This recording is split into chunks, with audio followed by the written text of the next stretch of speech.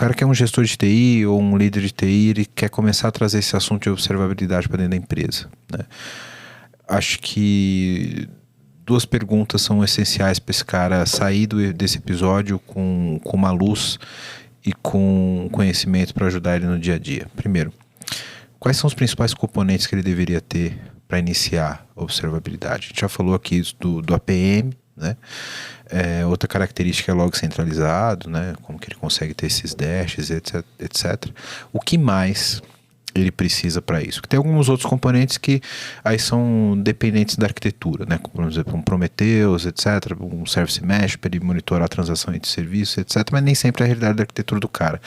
Então, quais são os componentes mínimos que ele deveria ter para começar a pensar em observabilidade e quais são os primeiros passos para ele olhar para isso? Considerando que é um cara que tem um dash de monitoria ali dos servidores básico, ele está ouvindo esse episódio, ele quer começar a evoluir. Legal. Por onde ele começa? Vamos ser um pouco agnóstico à ferramenta, né? Vamos pro conceito. Isso, do observability, né? Vamos resgatar aqui. Sim. Os três pilares: log, métricas e trace. Então ele precisa coletar logs, né? Os logs são fornecidos pelos vendors, o Oracle tem, os JBoss da vida tem, os IS, toda ferramenta tem, né, log. Métricas, né, para ficar bem claro, o que é uma métrica? Métrica é um dado que você tira uma foto dela numa linha do tempo, né? Tira uma foto do consumo de CPU a cada 2 segundos. Então isso é uma métrica. Então ele precisa de métricas e trace, né? Trace vou dar um exemplo aqui, o Oracle tem trace, o profiling de uma aplicação é um trace. O trace ele dá detalhes do processo, da transaction, né? Então precisa de trace. É onde entra o APM. Né? Onde entra o APM, né? Então, e o APM, na verdade, ele tem essas três... Sim. Normalmente o APM ele oferece todos os pilares mesmo. Os pilares. Aí ele precisa do log centralizado, ele precisa de um processo de monitoração. Então, poxa, eu tenho esses dados, eu tenho essas métricas, esses logs, eu faço o quê?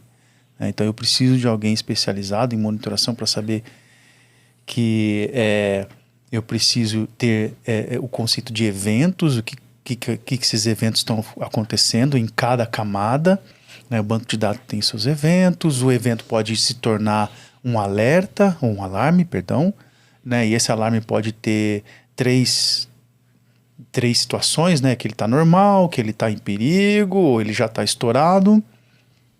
Então, ou seja, isso é processo, ele precisa de um processo de monitoração do perfil, como eu falei, e a ferramenta, pode ser open source ou paga, né? Nas pagas, ele pode ter um APM, pode até fazer um conjunto APM com uns Zabbix da vida, que é muito bom na parte de infraestrutura, e uma ferramenta de Dash, porque algumas APMs, as ferramentas de Dash ainda deixam a desejar, né? Tem algumas ferramentas que são mais sexy, como o Grafana, pelo menos essa é a minha visão. O Grafana tem uns dados, um visual assim muito interessante para C-level. Eu diria que era isso. Se eu estiver faltando alguma coisa, por favor, me completem aqui. Legal. Então, acho que é um pouco isso, assim, o pessoal primeiro ter essa visão, né? Entender, cara, o que compõe cada produto, né? Não adianta, se você vai começar a monitorar, se você não sabe o que você está monitorando, aí você tá passageiro do carro, nada de ferramenta vai ajudar. Então, de fato, tem esses pilares, né? Do métricas, logs e tracing, né? O conceito que o Google no SRE chama, né, para essas métricas que o APM traz são os golden signals, né, que você pegar latência, tráfego e erro, os três são isso. Na linha do tempo, tem um quarto lá que é a saturação, só que a saturação é uma métrica um pouco mais avançada que você tem que pegar para cada produto, se é a quantidade de usuários, se é a quantidade de transações, enfim, aí tem um pouco isso, né? E isso que você comentou de processo, acho que o que conecta bem essa visão, né? Você tem um processo de monitoramento, alguma coisa vai alarmar, você tem sensibilidade. Para isso ficar resolvido impecavelmente, você ter a empresa gerando valor com aquilo ali, é o processo de resposta a incidente, que é o que você faz com aquele alerta que chegou. Você tem que ter algum runbook que seja... Uma pessoa vai notificar alguém, tem que ter um parceiro que vai ser notificado. Olha, cara, teu serviço aqui que eu dependo caiu, o que eu faço, né? Se a gente tem uma super sofisticação na observabilidade e eu não tenho nem o feijão com arroz da resposta a incidente, eu acabo tendo muita visibilidade e não tenho resolução, né? Então, acho que isso o que a gente percebeu? Cara, eu vejo algumas empresas que, cara, estão falando de OpenTelemetry, APM, cara, você vê que, cara, na observabilidade o cara está no capítulo 20 ali. Só que você vai ver, cara, resposta a incidente. Acontece um incidente, tem uma war room. Teu time sabe o que fazer, teu time tem foco ali, sabe? Cara, tem algumas coisas que são meio básicas, tipo, qual que é o papel? Tem por exemplo, um modelo que é do PagerDuty, tem outro que é do OpsGene, que é, cara, tem um Incident Commander, tem um cara que é o Subject Matter Expert, que é o cara que faz o troubleshooting, etc e tal. Cara, tem empresa que não tem nem isso mapeado, fica o war room, improvisa. Cara, e aí, o que a gente faz? Cara, isso não é difícil de você montar, você vai pensar, puta, tem um incidente no produto X. Quem que eu preciso comunicar? Puta, eu sou alguém que faz Pix? Puta, alguma coisa aqui regulatória eu tenho, né? Então, acho que esse ponto, né, da resposta a incidente garante que você conecta todos os pontos. Cara, você sabe o que você vai fazer. Teve um caso que eu conversei com um camarada que ele trabalhou numa empresa que operava o sócio-torcedor do Manchester City e do Manchester United. Percebe o nível da encrenca. O cara falou, ele era o CTO da empresa. Cara, quando acontecia um problema crítico que o sócio-torcedor, o cara não estava conseguindo comprar o ingresso, operar e tal, ele ficava na war room para fazer essa orquestração com o marketing, como que você comunica, como que você faz na rede social. Cara, isso é o tipo da coisa que você não quer improvisar e que não é complexo você pensar, cara, aconteceu um problema, o sócio-torcedor do Manchester City não está conseguindo comprar o ingresso dele. Cara, como que eu comunico? Cara, você pega qualquer C-level, você colocar uma reunião de uma ou 2 horas, no mínimo um feijão com arroz com relação ao que você faz, como que você comunica, traz ali assessoria de imprensa, cara, é rede social, é os canais normais. Isso não é difícil de resolver, mas a maioria das empresas não tem isso no papel, gera um improviso na hora que você menos quer, que é quando você está com um incidente crítico rolando. Então, meus 2 centavos aí para colocar.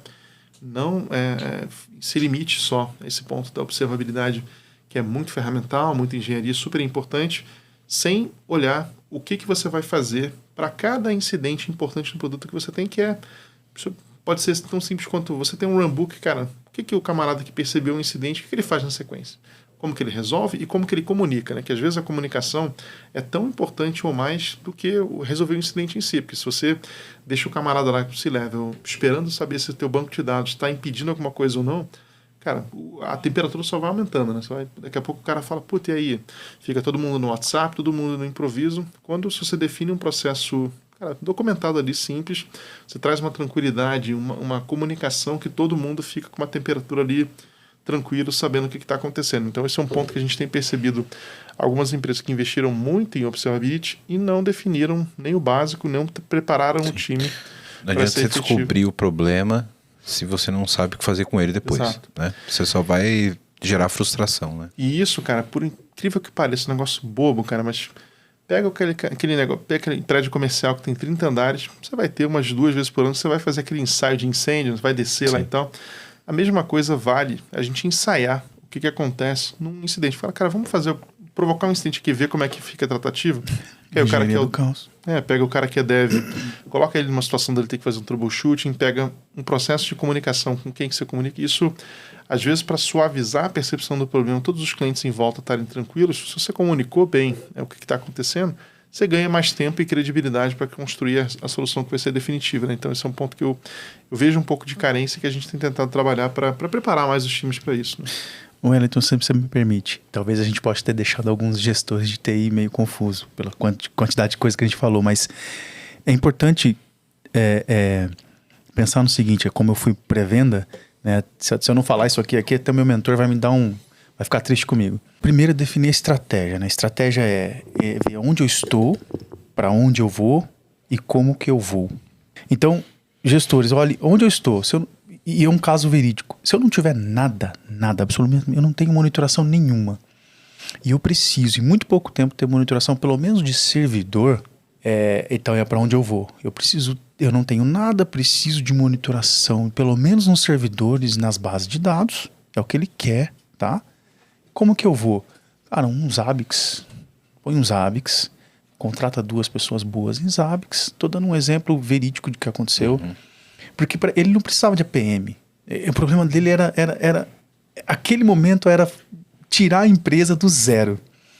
Ele entrou na empresa, estava zerado, ele, Chuck, do zero, tô no zero. Tá ok. Põe os ABICs, contrata 2 pessoas. Durante 6 meses você coloca o processo de monitoração de servidor e banco. Depois você vai para uma próxima fase. Baby steps. Baby steps. Também. Tá. Então, definir primeiro a estratégia é super importante e aí ter seus passos intermediários. Exatamente. Né? Para não chegar na melhor arquitetura do mundo, né? Vai resolver primeiro o seu problema mais aparente ali.